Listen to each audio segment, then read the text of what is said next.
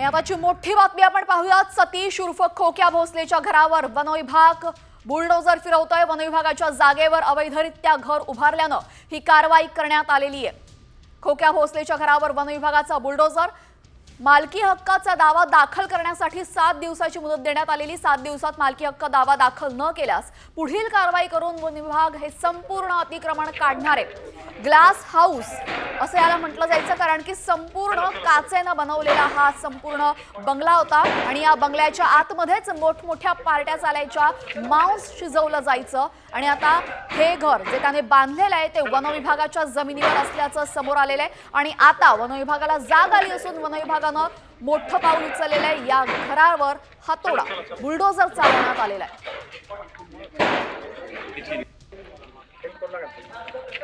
प्रयागराज मधून एका बाजूला खोक्या भोसलेला अटक करण्यात आलेली, तर दुसऱ्या बाजूला आता त्याच्या घरावर सुद्धा कारवाई करण्यात आलेली आहे। याला कारण म्हणजे त्याने बांधलेलं घर हे वनविभागाच्या जमिनीवर अतिक्रमण केलेलं होतं, अवैधरित्या बांधलेलं होतं आणि त्याचमुळे या घरावर कारवाई करण्यात आलेली आहे।